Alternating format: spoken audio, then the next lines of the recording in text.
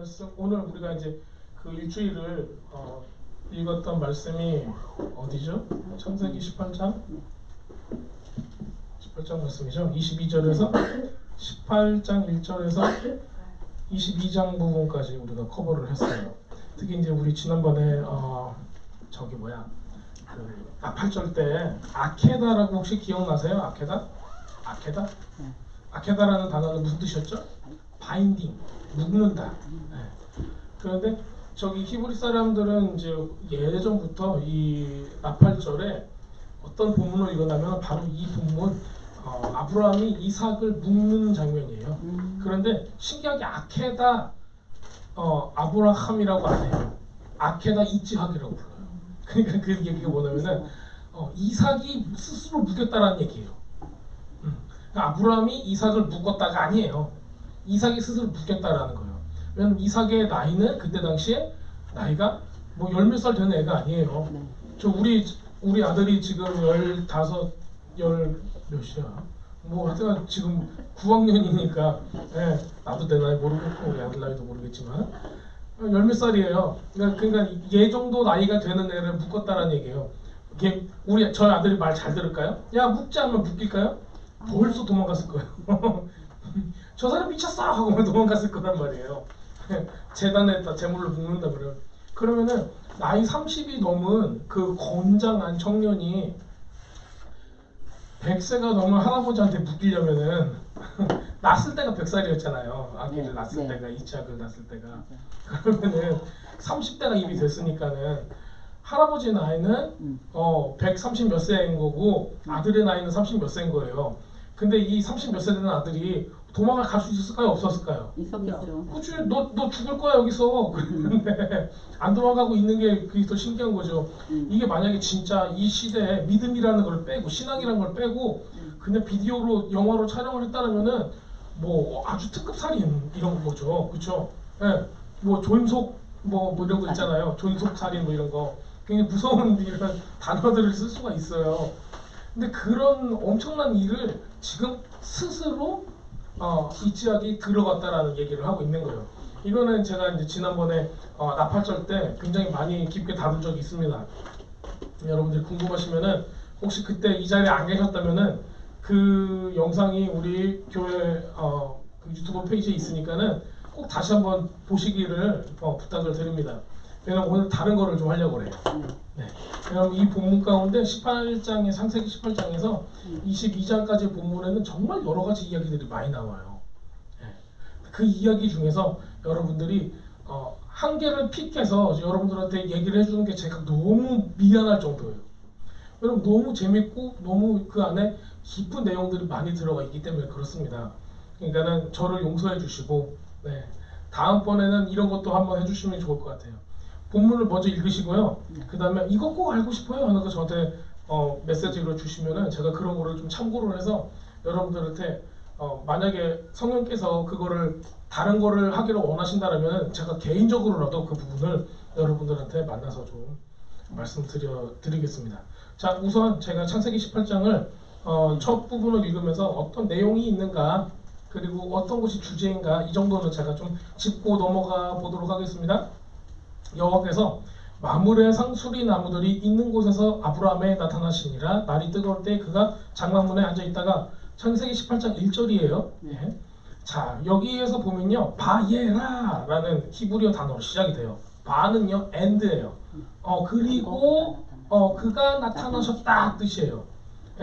지금 우리 이제 번역된 성경에서 보면은 그리고가 빠져 있어요.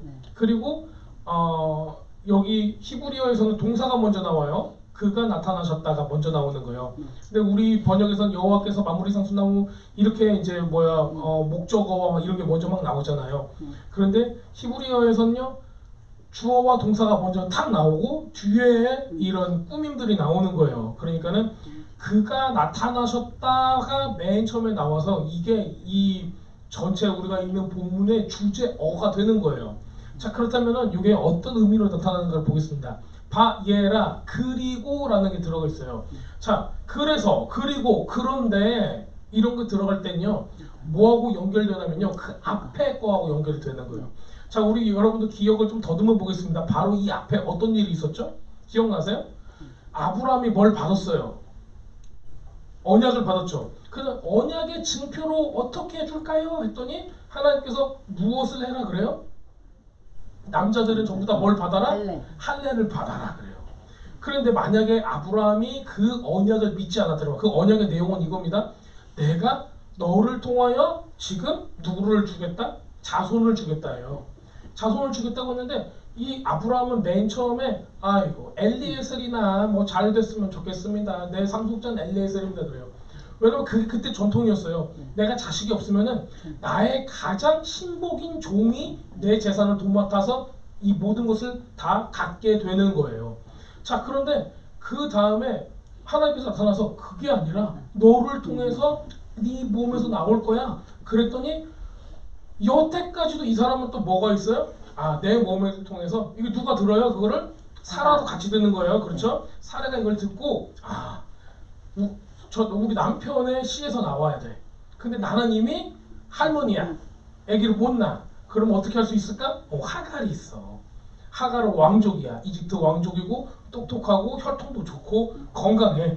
그러니까는 얘를 통해서 아기를 낳으면 되겠구나 하고 이게 누구 의견이에요? 사례. 사례 의견인 거예요. 그 사람이 그래서 자기 여종을 갖다가 줍니다. 아브라함은 뭣도 모르고 지금 얼씨구나 하고 이제 거기도 아기를 낳아요. 네. 아니 이것도 저는 그렇게 생각해요. 진짜 믿음이 있고 하나님의 뜻이 무엇인가 정확하게 알았더라면은 하갈을 줘도 안 돼 했을 건데 이 속 없는 남자는 또 이제 씨구나 하고 이제 아기를 딱 갖게 되는 겁니다. 하나님께서 그것을 또 그냥 두세요. 두고 나서 또 말씀하시는 거예요. 누구를 통해서 난다?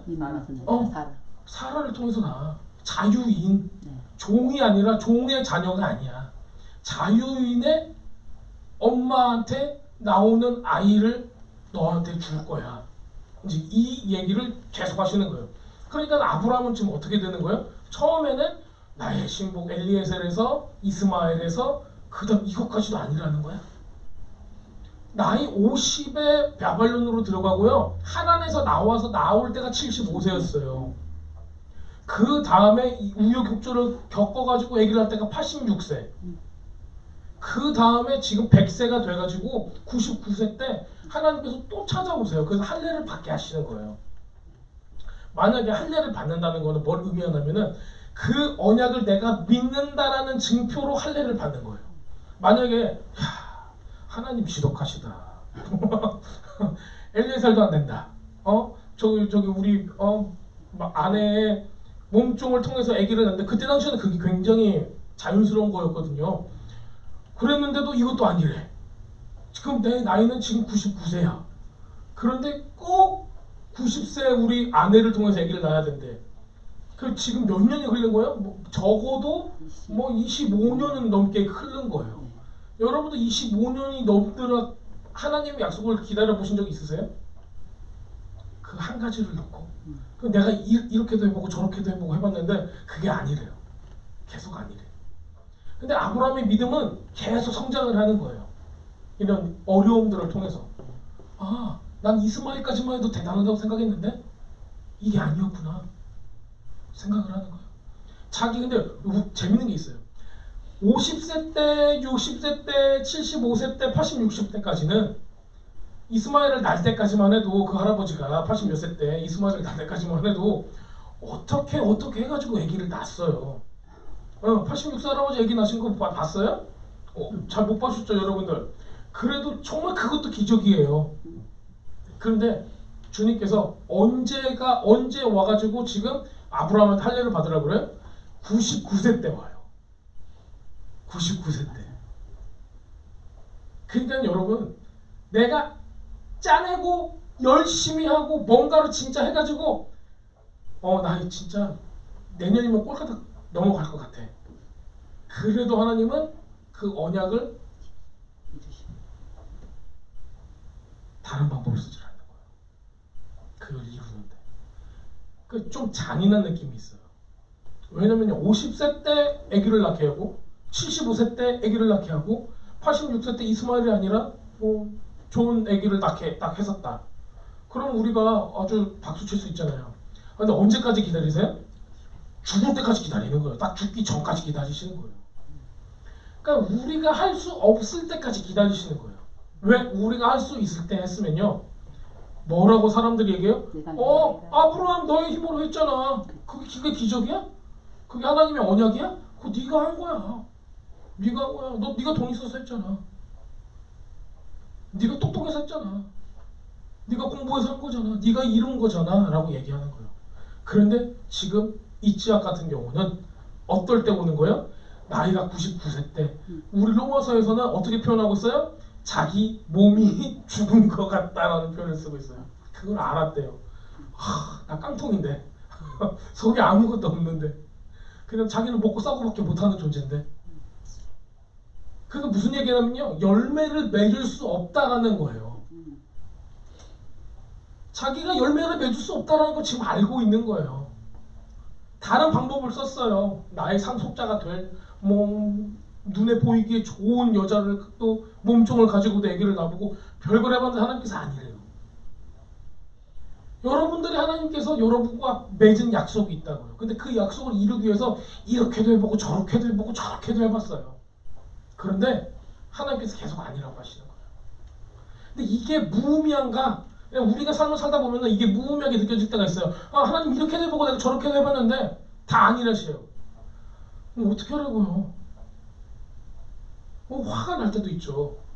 이렇게도 했는데 이게 안 이루어지고 저렇게도 했는데 이게 안 이루어졌어요. 화가 날 수도 있어요. 그리고 사람들은 이 정도까지 했으면은 나 안 해.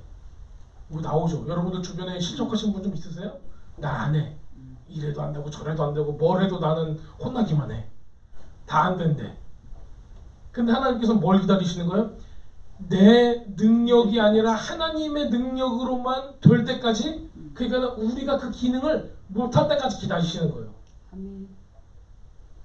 우리의 육적인 부분이 다 빠질 때까지 기다리는 거예요. 근데 이게 인간의 횟수뿐만이 아닙니다. 여러분들이 여러분의 힘으로 열매를 맺을 수 있는 사람들은 사용이 안 돼요. 정말 그래요. 왜냐하면 여러분들 육으로 맺는 열매는 뭐가 나올까요? 육적인 열매가 나오는 거예요. 그것밖에 안 나와요. 그것으로는 하나님을 기쁘게 할 수가 없다는 겁니다. 지금 이때 이 할례를 받고 우리 히브리 사람들이 읽고 있는 책들은 이걸 이렇게 표현하고 있어요. 할례를 받고 한 3일 정도 됐다예요. 자, 여러분들은 포경 수술을 해본 적이 없으니까 잘 모르실 거예요. 게다가 이때 당시에는 마취 주사도 없었어요. 나중에 우리 야곱이 자기 12아들들과 함께 세겜성에서 어떤 놀라운 일을 벌이죠? 우리 디나가 어려운 일을 당했을 때 그거에 대한 복수로, 야 너네들 할례를 받아야지 우리가 결혼할 수 있어 하고 꿍깔치고 다 할례를 받게 한 다음에 다 아파가지고 그냥 엥 하고 있을 때 다 가서 죽이게 되는 놀라운 사건이 일어납니다. 그렇다면 지금 이 상황에서 아브라함이 바로 전에 뭐 했어요? 아니 할례 말고 바로 그 전에 군인들을 데리고 318명을 데리고 가가지고 그 도시 국가의 왕들과 이 연합군과 세계대전을 자기네들 그 사람만 데리고 와서 롯을 구해오잖아요. 그러니까 니무롯과 가돌라 오멜의 그 군대를 다 쳐부수고 온단 말이에요. 그러면 엄청난 사람인 거예요. 그냥 지금으로 따지자면은 초능력 있는 슈퍼 히어로 같은 존재인 거예요. 그렇잖아요. 거의 그런 존재인데 지금 이런 존재라도 지금 뭐 하고 있는 거예요? 이게 수술을 딱 해버리잖아요. 그러면은 옴짝달싹 못하는 거예요, 이러고. 그러면은 이 사람들한테 적이 있겠어요, 없겠어요? 아브라함한테. 있죠. 왜냐면은 그 모든 도시국가들이 아브라함을 진짜 눈에 가시처럼 여길 수도 있어요. 야, 우리도 이겼어. 쟤네 우리도 이겼어. 근데 만약에 걔네들이 다 할례를 받고 지금 움직이지 못하고 있는 거야. 뭐 이때 가서 없애버리자. 할 수도 있잖아요. 그러니까 이게 할례를 받는다는 거, 특히 남자들이 그 당시에 있는 남자들 전부 다 받는다는 거는 굉장히 큰 리스크를 가지고 있는 거예요. 그게 표예요. 나는 약점이 있습니다요. 많은 사람들은 육을 막 쌓아요. 근데 그 육을 통해서 나는 재력이 있다.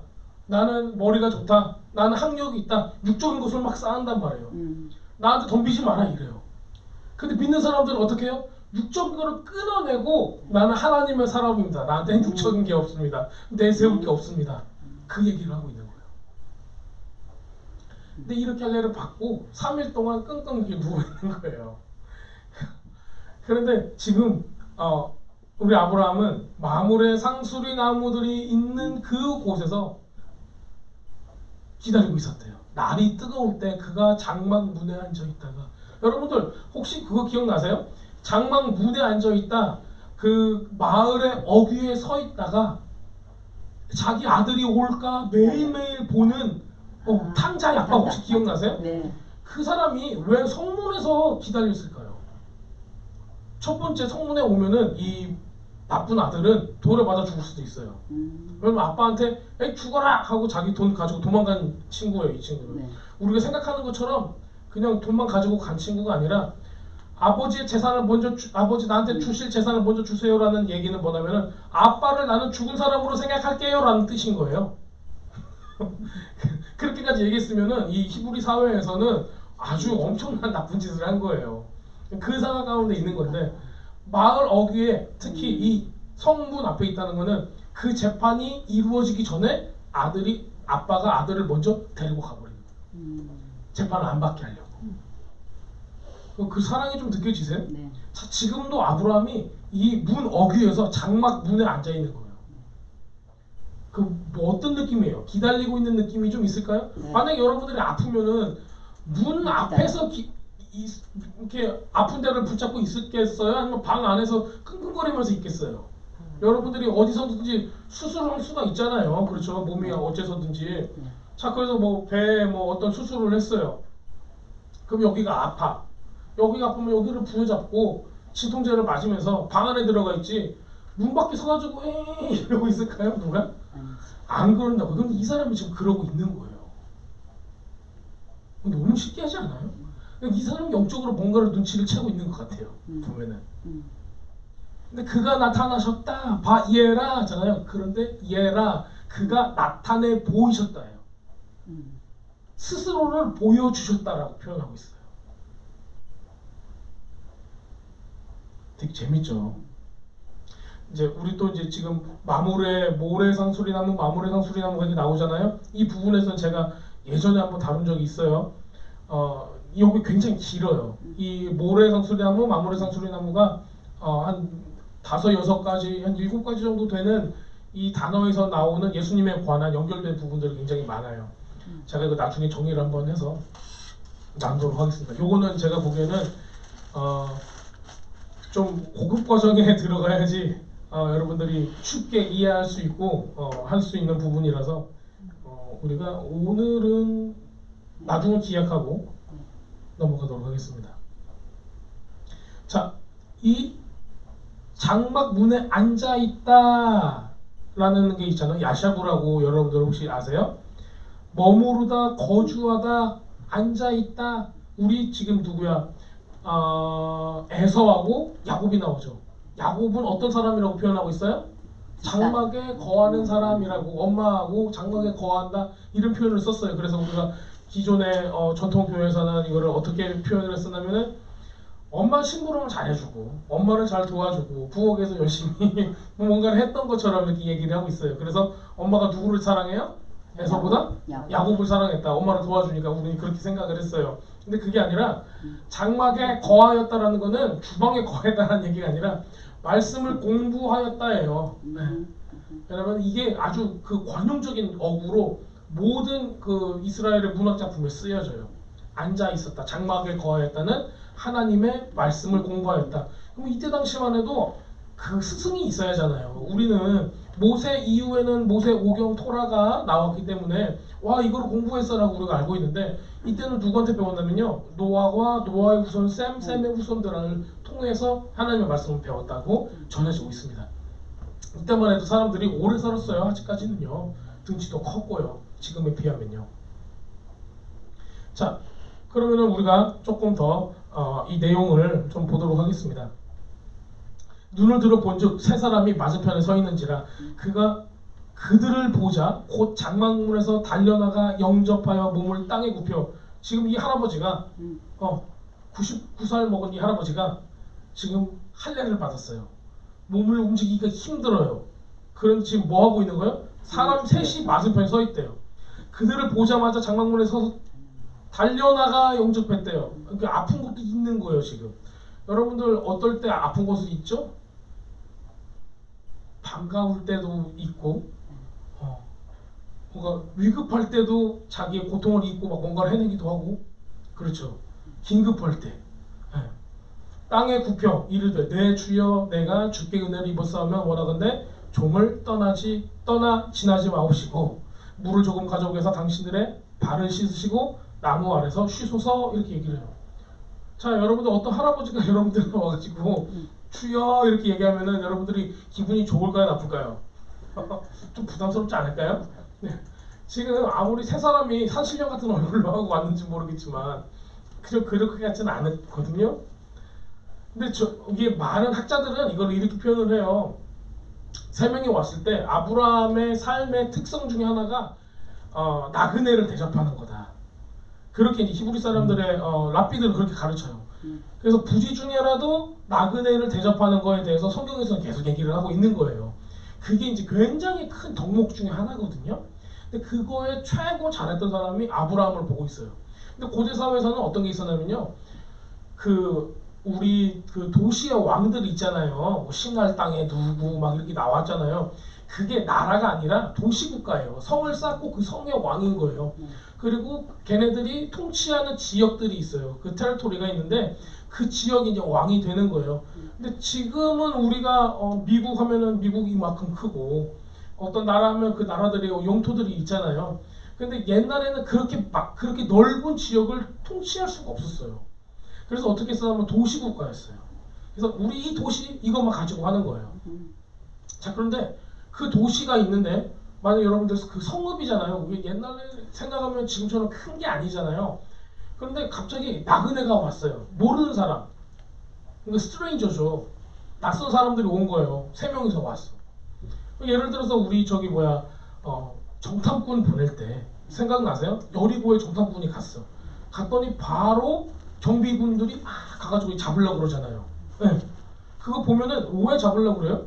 만약에 아브람 같은 사람들이 그 여리고에 살고 있었으면은 모르는 사람들이 딱 들었으면 발 씻어 줄게요, 밥 줄게요 이런다면은 정말 아름답게 되겠죠. 근데 실제로는 환경이 어땠는가? 정탐꾼이 오면은 우리 성에 뭔가를 정보를 캐낸 다음에 우리 성을 먹으려고 얘네들이 하는구나. 그래서 모르는 사람이 있으면은 잡아 죽이는 거예요. 그래서 그게 이 고대근동 사회에 법전 같은 거를 연구하는 사람들이 그런 걸 발견해내는 게 뭐냐면은 모르는 사람, 우리 이제 성경에서 나그네로 표현을 하고 있어요. 모르는 사람이 오면은 뭐 해라? 즉각 죽여라요. 그게 법이에요. 묻고 따지지도 말라. 도와달라고 하면 죽이고 말아요. 왜냐면은 그게 자기네들의 도시 국가를 보호하는 일이었어요. 이거를 보면은 저는 어떤 생각을 하냐면요. 세상의 사람들은 묻고 따지지도 않아요. 내 편이 아닌 것 같으면 무조건 죽이고 보는 거예요. 근데 하나님의 백성은 어떻게 알아요? 나그네를 어떻게 대접하래요? 하나님 대접하듯이 대접하라는 거예요. 왜 그러냐면요. 너희가 애굽에 있었을 때 너희가 나그네였다. 그리고 이제 우리 집사님 방금 말씀하신 부지 중에 누구를 섬기는 거예요? 천사를 섬긴다. 지금 누구 때문에 그 얘기가 나와요? 지금 요거 때문에 나오는 거예요. 아브라함도 그러지 않았느냐. 근데 저는 이거를 그런데 아브라함의 행동들을 보면은 그렇게 생각되지는 않아요. 무슨 얘기냐면은 아브라함은 하나님을 계속 체험했단 말이에요. 하나님의 음성을 듣고 밤에 만약에 여러분들 밤에 자고 있는데 갑자기 하나님이 야 이리 와 나와봐. 네? 하고 자다가 깨가지고 나갈 사람이 혹시 계세요? 나 자고 있는데 갑자기 하나님이 날 깨워가지고 나가보래. 그리고 운전을 하고 조슈아 트리로 딱 2시간 운전을 하고 가가지고 별을 보자 했어요. 나한테 내적 음성이 들려. 근데 거기까지 가볼 수 있는 사람 손 한번 들어보세요. 음성이라는. 그러니까 우리가 이제 뭐든지 어떤 채널로든지 들리는데 우리 이럴 거예요. 자, 잠에서 딱 깼어. 뭐야? 다시 잘 거예요. 첫 번째.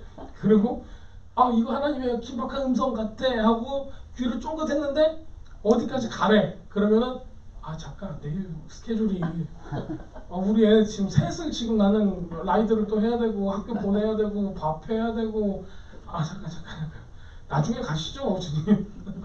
할 수 있을 것 같아요? 이게 정말 어렵다는 거야. 근데 그것을 진짜 척척척 해내는 사람이 마치 우리 옛날에 사무엘 이야기 들어보신 적 있으시죠? 네. 사무엘아 했더니 네. 사무엘이 애기 사무엘이 어떻게 해요? 뿌르륵 일어나가지고 누구한테 가요? 엘리 제사장한테 가잖아요. 네. 그걸 몇 번을 하잖아요. 그리고 나서 엘리 제사장이 뭐라 그래요? 아 하나님인 것을 그 제사장 눈치를 채는 거예요.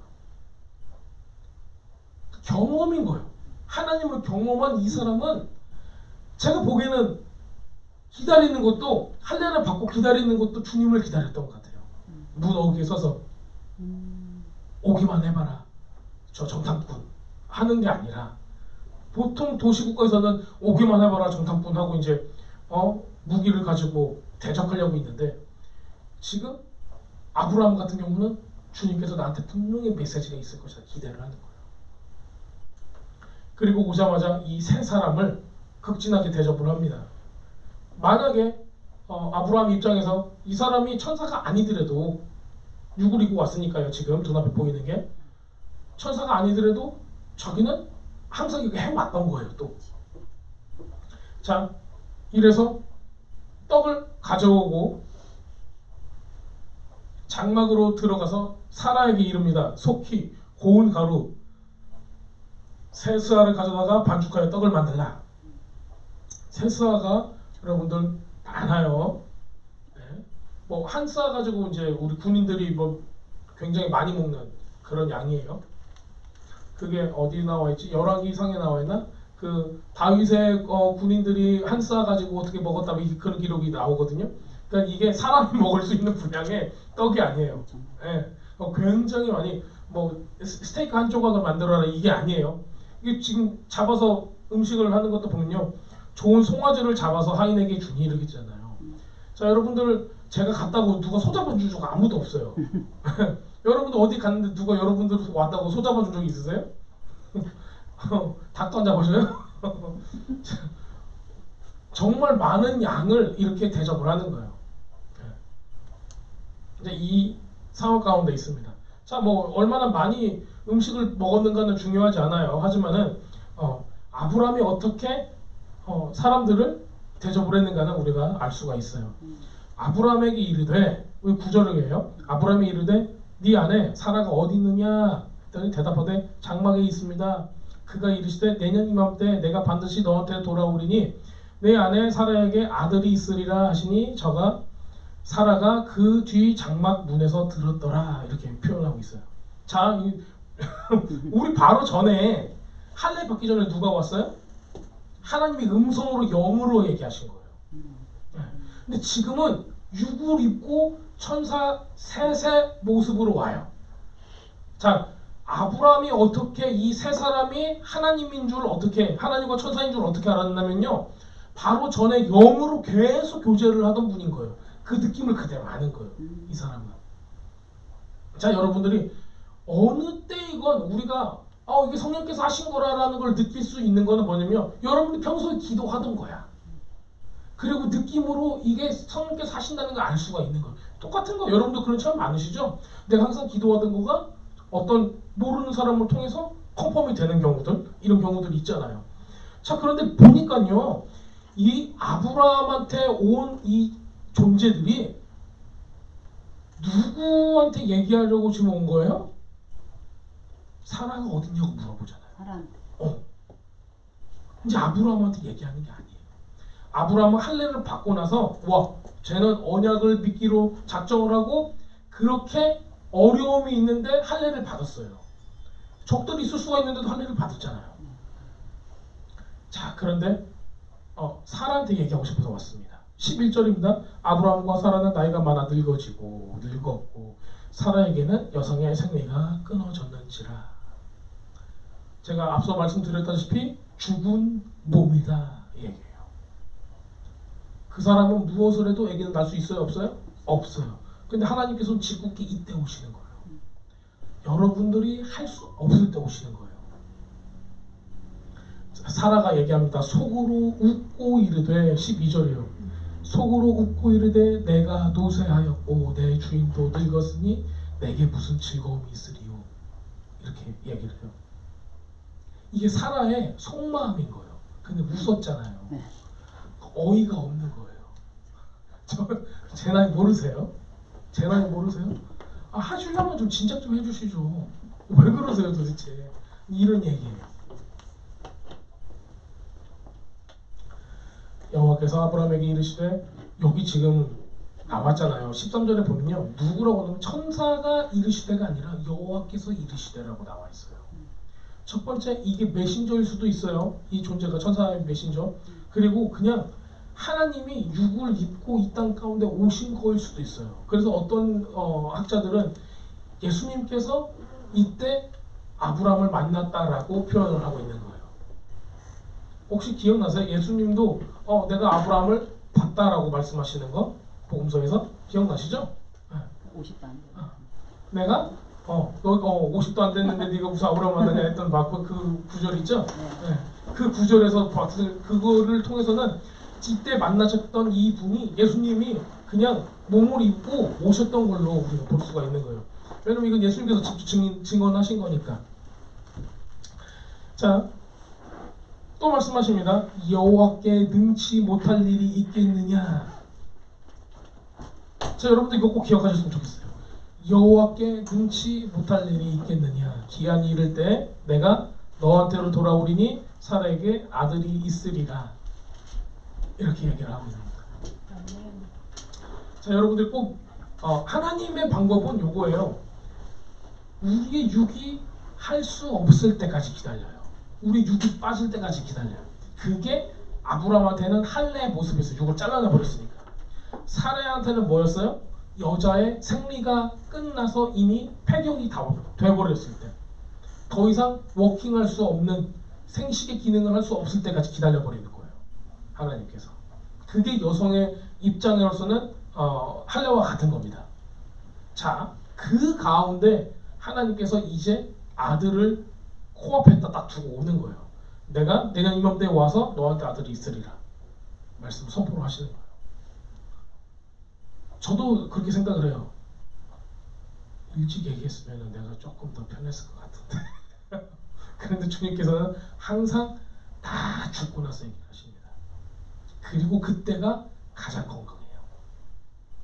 내가 만약에 뭔가를 할 수 있는 나이에 이게 이루어지잖아요. 그러면 건강하지 못해요. 자, 재밌는 게 있습니다, 여러분들. 지금 이 사라가 불임이에요. 자, 그 다음 이삭의 아내가 이름이 누구예요? 리브가도 불임이에요. 기억하세요? 네, 리브가도 불임이에요. 그러니까 왜 하나님께서 하필이면은 불임인 사람을 아브라함의 아내로 택하시고 이삭의 아내로 택했을까요? 불임인 사람을. 하나님 직접 주시는 예수님. 굉장히 우리는 이것을 보고 생각을 많이 하셔야 될 것 같아요. 정말 많은 사람들이 있잖아요. 그런데 지금 그러면은 아브라함, 이삭 이 둘 다 어떤 부분에서는 예수님을 예표를 하는 거예요. 이 부분들이 그 펑션에서는요. 그런데 그의 신부들은 다 뭐가 없다? 불임이다. 생식할 수 있는 생육할 수 있는 생육하고 번성하라고 했는데 그걸 할 수 있는 기능을 할 수가 없는 존재들인 거예요. 제가 보기에는 이런 느낌이 있어요. 여러분들이 그리스도의 신부세요? 신부는 뭘 해야 돼요? 생식을 해야 돼요. 신부는 아이를 낳아야 돼요. 고대 사회에서는 아이를 못 낳는, 우리 한국도 그렇잖아요. 조선시대 아기를 못 낳아요. 그러면 뭐 맞는다고 그래요? 소방 맞는다고 그러나요? 네. 쫓겨난다고 그러잖아요. 너무 중요한 거예요. 그래서 옛날 어르신들은 뭐 정말 아이들을 많이 낳았잖아요. 그게 다산이 굉장히 큰 축복이었고, 이스라엘 가운데도 고대 사회에서는 이게 굉장히 큰 복이었습니다. 그런데 이렇게 존귀한 여준이라는 이름을 가진, 그 다음에 열방의 엄이라는 이름으로 바뀐 이 존재가 뭐가 없어요? 아기를 낳지 못하는 거예요. 그 능력이 없다라는 거예요. 애초부터 처음부터 불임이었다는 거예요. 어떤 미드러시에서는 이 사례나 리브가 같은 경우는 아예 자궁이 없었다라고까지 얘기할 정도로 굉장히 심각한 불임을 가지고 있었다라고 표현을 하고 있어요. 그런데 없는 것을 하나님께서 어떻게 하셨다? 있게 만들었다라는 얘기예요. 도대체 믿을 수가 없어요. 믿을 수가 없는 그 상황 가운데 주님께서 말씀하시는 거예요. 여호와께 능치 못한 일이 있겠느냐, 이렇게 얘기를 하고 있는 겁니다. 자, 우리가 그리스도의 신부예요. 여러분들 스스로를 보실 때 여러분들은 많은 열매를 맺으셨나요?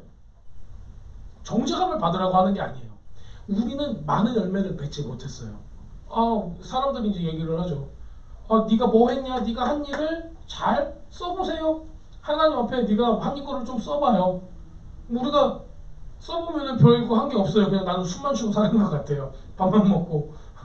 그래서 우리 어렸을 때 막 밤이나 축내고 너는 하는 게 뭐야? 막 이런 얘기도 하고 그러잖아요. 그냥 우리 삶을 살아온 것뿐밖에 아닌 거예요. 주님께서 원하시는 그런 열매들은 맺지 못한. 자, 그런데 이 상황에서 주님께서 이 사례도 똑같은 삶을 살았잖아요. 할 수가 없는 몸이니까. 근데 주님께서 오셔서 너는 이제 아기를 낳을 거야. 네가 못할 때 꼭 말씀을 하시는 거예요. 너는 아기를 가질 거야? 웃게 되는 거예요. 그거를 보고. 이게 지금 우리의 상황하고 똑같습니다. 그리스도의 신부가 출산을 하지 못하는 그 상황 가운데 있는 겁니다. 자, 그 다음에 이제 소돔에 대한 이야기가 나와요. 자, 소돔에 대한 이야기는 제가 나중으로 미루도록 하고요. 사례에 대한 이야기를 조금 더 보도록 하겠습니다. 19장으로 넘어가겠습니다.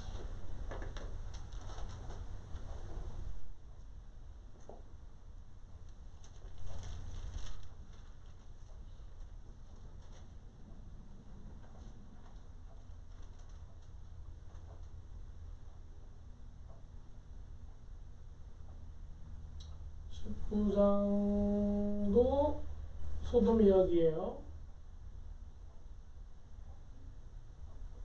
여기 나왔습니다. 자, 창세기 20장입니다. 20장으로 들어가 보겠습니다. 20장. 아브라함이 거기서 네게부 땅으로 옮겨가 가데스와 술 사이 그랄에 거주하며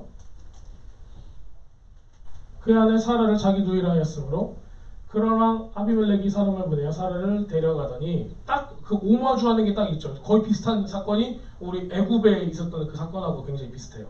네게부는 메마른 땅이라는 표현을 가지고 있어요. 자, 이제 남쪽이에요, 여기에요. 또 어떤 느낌이에요? 느낌이 남쪽은 내려가는 거죠. 내려가는 거니까 신앙이 우리가 조금 내려가는 그런 모습을 가지고 있어요. 근데 이번은 지난번에는 아브라함을 성장시키기 위해서 이집트로 애굽으로 가게 된 거예요. 이번에는 누구를 위해서 지금 블레셋으로 갔을까요? 사라를 위해서 가게 되는 거예요. 자, 아브라함이 거기서 네게부 땅으로 옮겨서 가데스와 술 사이 그랄을 거류하며 바로 그곳이 블레셋 땅인데 사라를 자기 누이라 하였으므로 그랄 왕 아비멜렉이 사람을 보내어 사라를 데려갔더니 라고 표현을 하고 있어요. 그 전에는 우리 애굽 땅에서는 어떻게 표현하고 있어요? 애굽 땅에 들어갔을 때 왜 사라보도 당신을 내 누이라고 합시다 라고 했어요? 내가 죽을까 하여예요. 내가 죽을까 하여. 자, 그런데 여기서는 아브라함이 그런 얘기를 해요, 안 해요? 그 얘기를 안 하는 거예요. 그러니까 우리들이 그냥 생각할 때는 또 누이라고 했으니까 이번에도 그럴 것이다 라고 생각했는데 지금은 상황이 좀 다른 거예요. 아브라함이 하자고 안 한 거예요. 자, 어쨌든 어떤 이유에서든지 사라가 원했던지 아니면 누가 원했던지 왜냐면 우리 지금 99살 먹은 할아버지하고 90살 먹은 할머니가 왔는데 누이라고 하든 뭐라고 하든 누가 상관하겠어요. 어쨌든 그 상황인데, 자, 사라가 갔는데 그랄 왕의 아비멜렉이 사람을 보내요. 사라를 데려갔대요. 저는 이거 하나님께서 데려가신 걸로 보고 있어요. 이때까지만 해도 사람의 어떤 지금하고 너무 많이 다른 환경이었기 때문에 이 나이 때도 굉장히 미모를 유지하고 있었다고 합니다. 자, 여러분들도 나이가 지금 80이 안 됐는데 생생한 미모를 다 가지고 계시죠. 그렇죠? 아멘. 네. 여러분들이 90이 돼도 사라와 같은 미모를 계속 유지하시기를 축복합니다. 자, 이렇게 해야지 아비멜렉이 잡아갑니다. 자, 밤에 하나님이 아비멜렉에게 나타납니다. 현몽이라는 것은 꿈에 나타났다는 얘기예요. 그에게 이르되 네가 데려간 여인이 말미암아 네가 죽으리라. 그는 남편이 있는 여자이다. 얘기를 한 거예요. 아 깜짝이야 하겠죠 아비멜렉이. 아비멜렉 그 의견을 가까이 하지 아니하였으므로 그가 대답하되 주여 주께서 의로운 백성도 멸하시나이까 이렇게 얘기를 해요. 자 그렇게 이렇게 얘기하는 아비멜렉 같은 경우는 그러면 야훼 하나님을 알았다라는 얘기예요. 섬겼다고까지는 몰라요.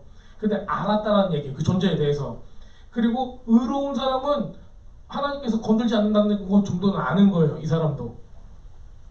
자 그가 나에게 이는 내 누이라고 하지 아니하니까 그 여인도 그는 내 오랍이라고 하였사오니 나는 온전한 마음과 깨끗한 손으로 이렇게 하였나이다.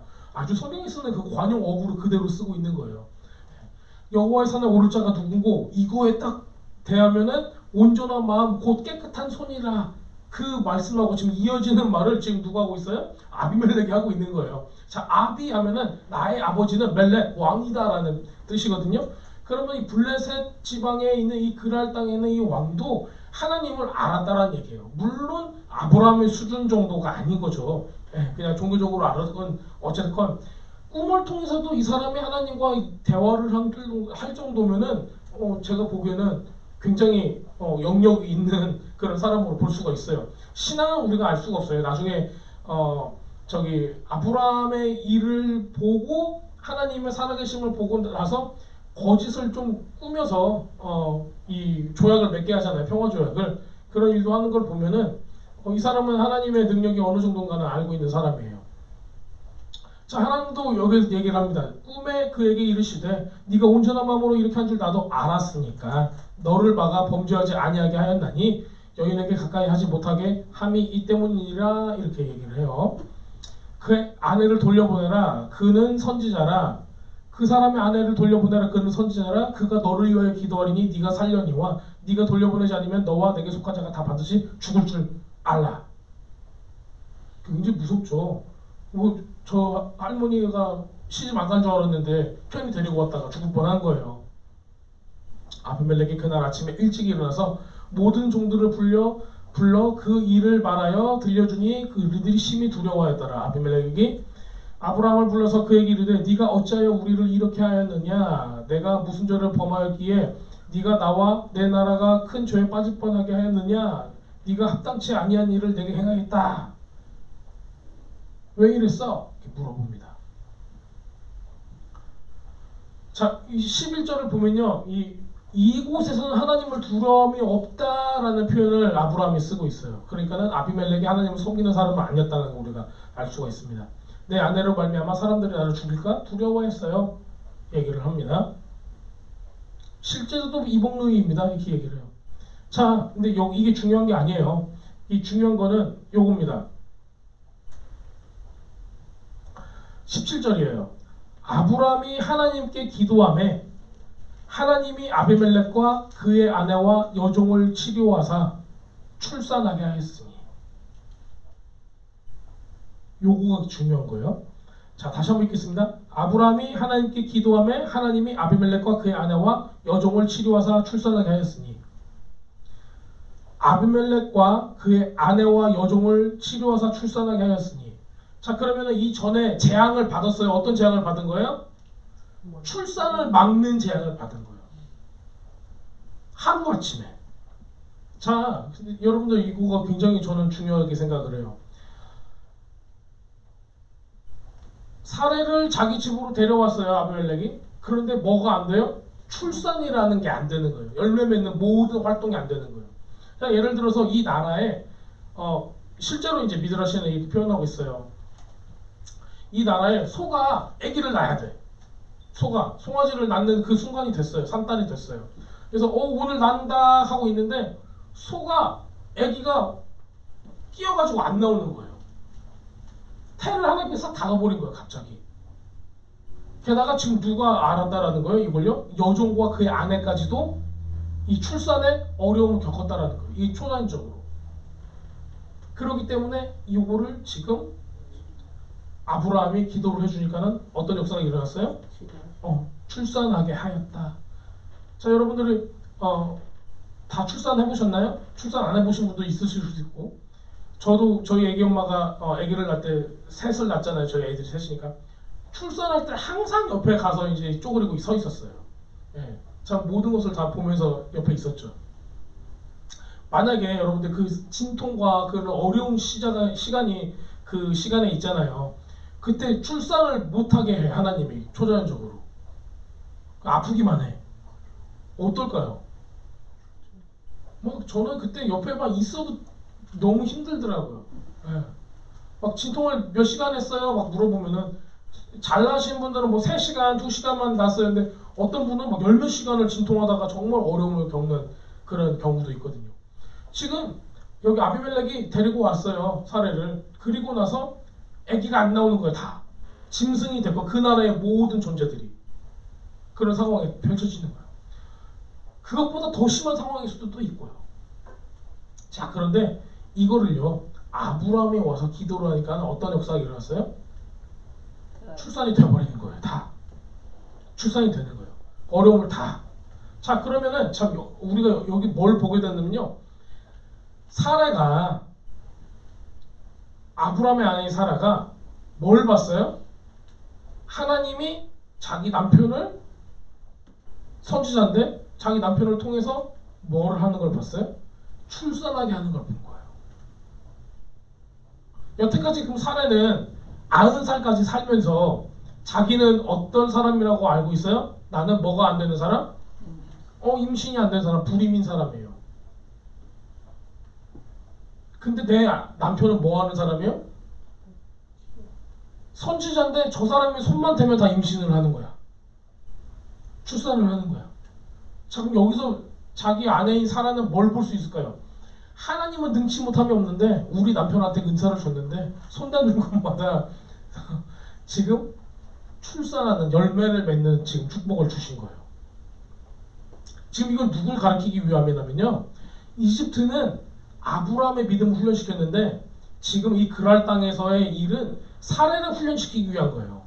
자, 사례가 봤어요. 눈으로 본 게 뭐예요? 나는 여태까지 내 몸은 불임인데 그랄 땅에 와서 하나님께서 얘네들을 쳤어요. 쳤는데 뭘로 치시냐면은 열매를 맺지 못하는 불임으로 쳐버린 거예요. 근데 그 불임의 문을 열 수 있는 사람을 봤더니 그 사람이 자기 남편 아브라함인 거예요. 이 사람이 기도했더니 모든 불임이 꺾여지고 열매를 맺는 거가 눈에 보이는 거예요. 하나님께서 저주하실 때는 나무에서 열매가 안 맺어지고 짐승들의 태도 다져지고 사람도 아기를 못 낳게 되는 거예요. 그런데 이 사람이 와서 기도를 하자마자, 저 생각을 해보세요. 여러분들, 열매가, 나무에 열매가 딱 있는데 다 말라 비틀어져가지고 죽게 생긴 것처럼 딱 보였어요. 초자연적으로요. 그 다음에 기도를 딱 받으니까는 열매가 갑자기 푸릇푸릇해지다가 갑자기 커지더니 사과면 사과, 감이면 감, 무화과면 무화과, 포도면 포도가 갑자기 확 생기는 거예요. 이런 것들이 사람 눈에 보였다라는 거예요. 어제는 주렁주렁 포도나무였는데 사례가 아비멜렉하고 있은 후부터는 포도들이 전부 다 쪼그락 해가지고 아무것도 없게 되는 거예요. 그런데 기도를 받고 나서 다시 원래대로 열매들이 생겨나는 거예요. 이렇게 눈으로 보이는 게 생겨나니까 사람들이 하나님의 놀라우신 전능하심을 믿게 되는 거죠. 블레셋 사람들이 그걸 믿는 거가 중요한 게 아니라 지금 누가 믿었다라는 거예요? 사라가 믿었다는 거예요. 자, 그러면 사라 안에는 뭐가 생겼을까요? 우리 남편이 나를 위해 기도를 하면은 나의 불임도 어떻게 된다? 고쳐진다예요. 왜? 하나님은 전능하시기 때문에. 자, 18절에 보면요, 여호와께서 이 왕의 아브라함의 아내 사라 일로 말미암아 아비멜렉의 집의 모든 태를 다스렸습니다 라고 표현을 하고 있습니다.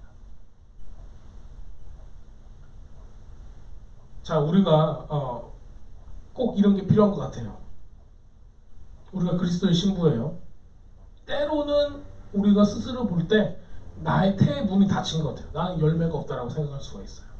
그런데 우리는 오늘 말씀을 통해서 주님께서 뭘 하시기를 원한다? 우리의 태를 여시기를 원한다. 여호와 앞에 능치 못할 일이 없다라는 겁니다. 여러분들 영적인 자궁을 하나님께서 다시 창조하십니다. 그리고 여러분들이 가지고 하나님께 받았던 그 비전 있죠? 그 꿈 있죠? 주님께서 주신 게 분명히 있다고요. 말씀과 함께 받은 그런 거. 예, 있어요. 여러분들 안에 막 그 넘치는 열정이 있을 거예요. 어떤 사람은 돈 벌려고 막 열정을 가지고 다니는 사람이 있어요. 세상에서는. 근데 우리는 뭐가 있냐면 다음 세대를 위해서 선교지 혹은 누군가를 위한 구원 아니면 어떤 하나님께서 원하시는 사역 이런 주님께서 주신 비전이 있고요. 그것을 출산하기 원하는 하나님의 마음이 있어요. 근데 우리가 스스로 생각할 때 하나님 저는 그걸 못했어요. 주님께 드릴 열매가 없어요. 저는 마치 불임한 여자와 같습니다. 그리스도의 신분대 불임이에요.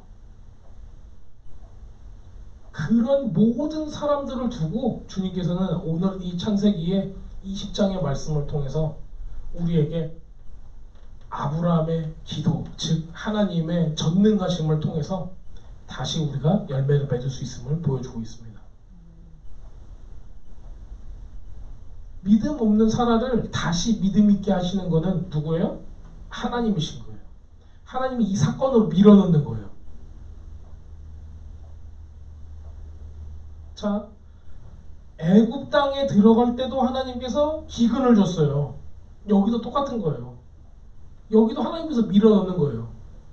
처음에는 애굽을 통해서 아브라함이 믿음을 갖게 되는 거고, 이번에는 이 어려움을 통해서 하나님께서 밀어넣고요. 이 어려움을 통해서 지금 사라가 아브라함만큼의 믿음을 갖게 되는 거예요. 아브라함은 믿음을 통해서 할례를 받았고요. 그 다음에 사라는 믿음을 통해서 자식을 지금 바로 내년에 낳게 되는 겁니다. 자, 여러분들 꼭 생각하셨으면 좋겠습니다. 하나님께서 여러분들을 지금 현재 마치 아비멜렉의 그 그랄 땅으로 보낼 수도 있습니다. 그래서 우리는 이렇게 얘기할 수 있어요. 나한테는 어떤 열매도 맺게 하지 못하고 이렇게 어려움에 겪게 하시는가. 근데 그 어려움 가운데 하나님의 전능하심을 여러분들 체험하시고 나도 열매를 맺을 수 있다는 것을 우리가 그곳에서 발견을 해야 되는 거예요. 자, 오늘 말씀 마치고요. 여러분들 같이 기도하실 때 우선 이런 생각을 좀 해보셨으면 좋겠습니다. 하나님께서 내가 어렸을 때가 됐건 아니면 장성해서 나이가 있어서 주님께서 말씀하신 거가 됐건 어떤 때도 상관없어요. 하나님께서 내 안에 주신 열정이 있고 어떤 거에 대한 관심을 주셨고 복음 전파가 됐건 목회가 됐건 아니면 여러분들이 중보기도가 됐건 예배가 됐건 어떤 이런 부분들이 있어요. 또 이런 것들을 통해서 주님께서 여러분들한테 많은 열매를 맺기 원하시는 부분들이 있습니다. 선교, 우리가 또 교회 굉장히 여러 가지 어떤 영적인 게 있어요.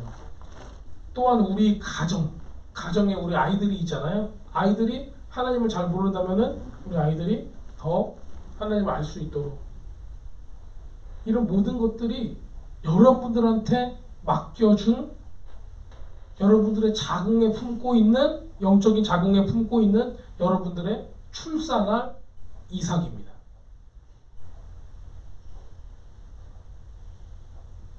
하나님께서 아무것도 할 수 없는 사라한테 오셔서 너는 출산할 거야 말씀하셨을 때 사라는 웃었어요. 왜? 자기의 현실을 알기 때문에. 자, 우리도 주님께서 오늘 오셔서 너는 출산할 수 있어 라고 얘기할 때 웃을 수 있습니다. 그런데 그런 웃는 우리를 주님께서는 나무라시는 게 아니에요. 나와서 다시 전능하신 하나님을 체험하고 믿음을 가져라라고 우리를 그 믿음의 베이스 캠프로 보내시는 겁니다.